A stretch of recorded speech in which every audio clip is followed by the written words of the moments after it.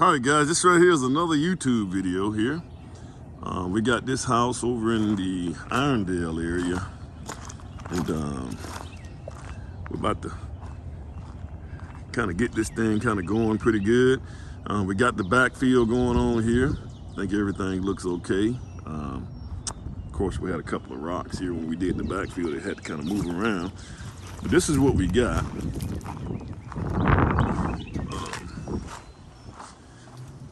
So there's a couple items that I got to get started on. So we gotta, of course, got to get this porch pan, get this thing real safe. The backfill is good, so we can go ahead and get my framers in here, and we can get the windows set. Of course, another thing would be you want to get your plumbers in here to start getting their work in, and then you can call the roofers. And here's another thing.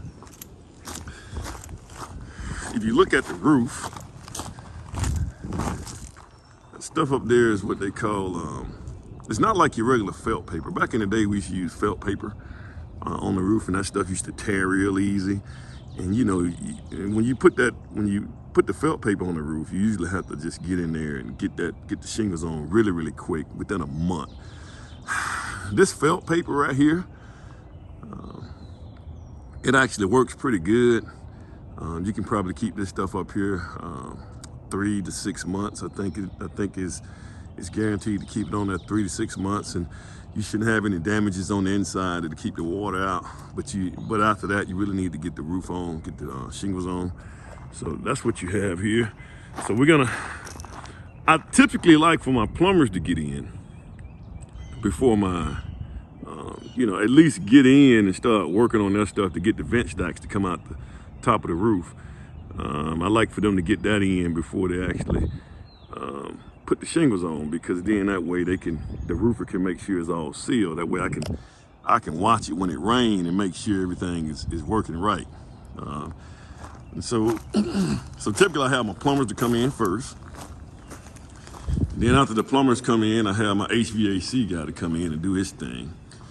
And then I have my electrician to come in after all those guys.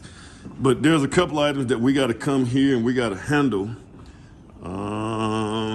with the framer. So there's some framing items that we got to come here. I got to actually go back and check the joist layout and make sure that all these joists are done correctly.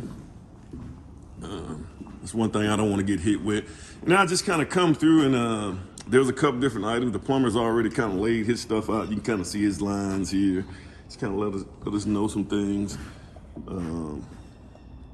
So I'm kind of looking at this stuff, and I'm making mental notes, as well as, I have some software on my phone that I can take pictures and keep these notes as well. And I can also allow the homeowner to access those notes when I make them. So that's going to be one thing that I look at, guys. As I look through everything, the bracing looks good. Framing actually looks really solid. But once again, I still have to check the flooring system, the engineering for the flooring system. We're using I-joist here on this job site. I have to check that to make sure all of those are correct. Like it used to be a window right there. So,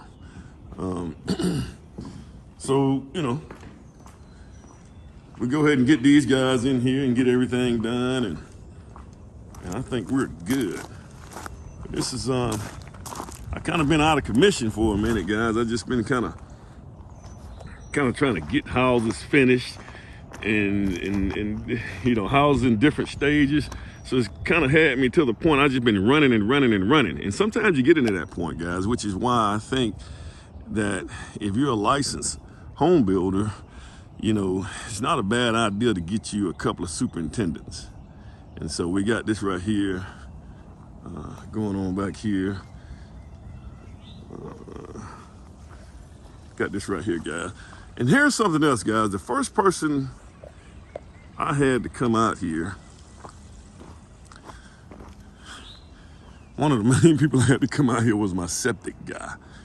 And guys, the fill lines go right back there. You can see where they dug. If you go back here, you can see where they dug a hole. But this right here house is gonna take a septic tank.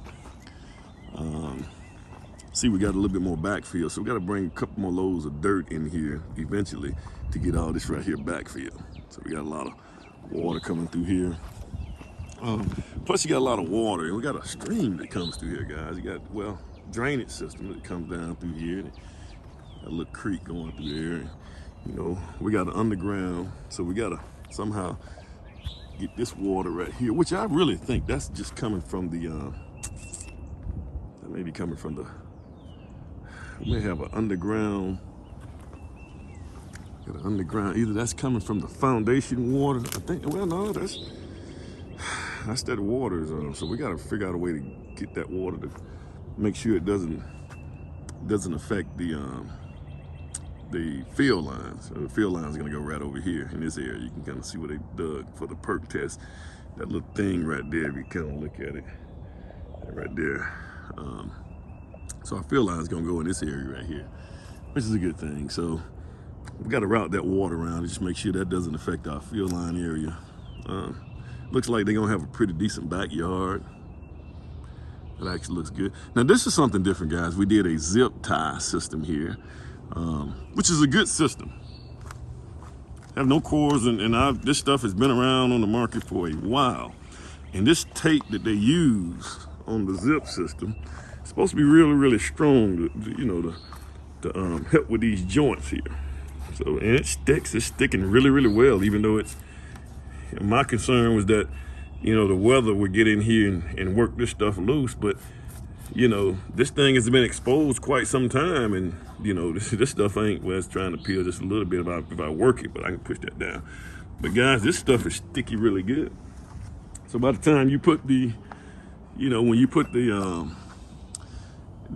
siding material on, or your brick veneer, that's gonna do really good. I mean, it's not gonna be really affected as much by the weather anymore. So I think this is a really good system. You know, it's kind of new on me, but it looks like it's holding up really, really well. And not only that, guys, this right here is a really good system when it comes down to sealing.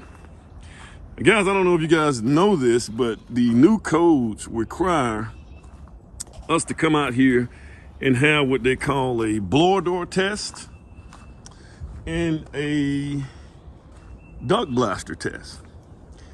And I don't even know if the city of Irondale, which is where we're located here, I don't even know if they even require that yet.